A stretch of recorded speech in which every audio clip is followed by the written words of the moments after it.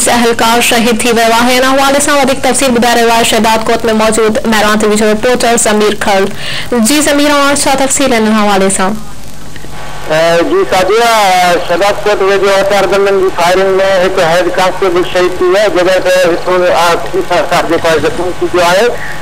शहदाद कोट में दरगाह खान मस्तरी था।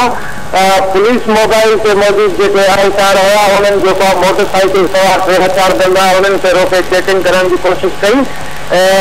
उन्होंने पुलिस मोबाइल में हमलो करे विधो, जैसे नतीजे में रते देर शहर जो रहवासी है जो पुलिस जो हेड कांस्टेबल है जताउल्लाह खान तो शहीद थी है। जैसे कि जो सिपाही है रहमतुल्लाह निगारी जो जख्मी थी गया है। जख्मी से जो है शहदाद कोट अस्पताल दाखिल किया गया है। मां खे ॿुधाईंदो हलां त जेको आहे पुलिस जो चवणु आहे त जेके हथियारबंद आहे उहे जेको आहिनि वॾी फरार थी विया आहिनि। जी ज़मीर, मेहरबानी।